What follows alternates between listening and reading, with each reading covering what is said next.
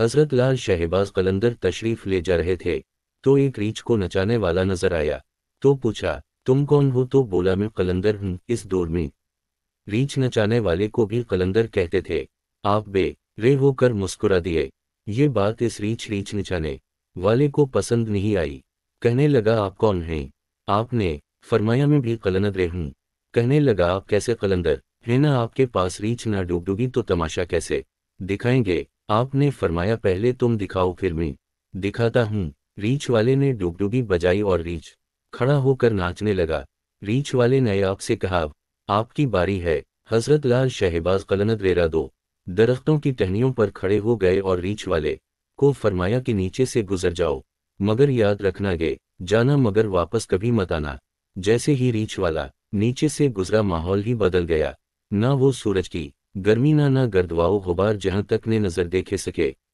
खूबसूरत पहाड़, सर सब्ज वादियां, ना मौसम गर्म ना ठंडा। अभी उसी सोच में ही था कि देखा एक अजीम लश्कर सिपाहियों का घोड़ों पर सवार तेजी से इसकी तरफ बढ़ रहा है। वो घबरा गया कि आज तो जान गई। पास पहुंचकर लश्कर रुका और सिपा सालार आगे बढ़ा। इससे पहले वो कुछ कहता, सिपा सालार रीछ वाले को बोले, बादशाह सलामत, आप कहाँ गायब हो गए थे?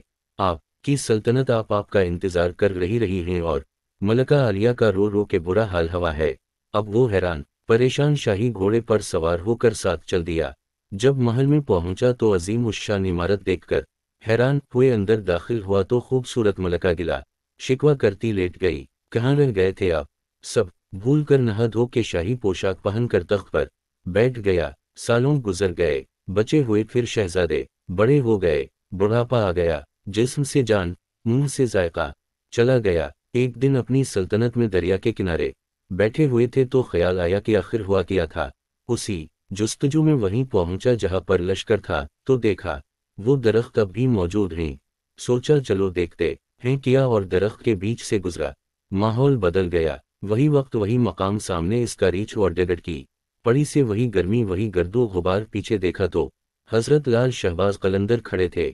इसकी हालत गैर हुई। बोला, जनाब, मेरी सल्तनत, मेरी मलका, मेरे शहजादे। तो लाल शहबाज ने फरमाया, सब तमाशा था।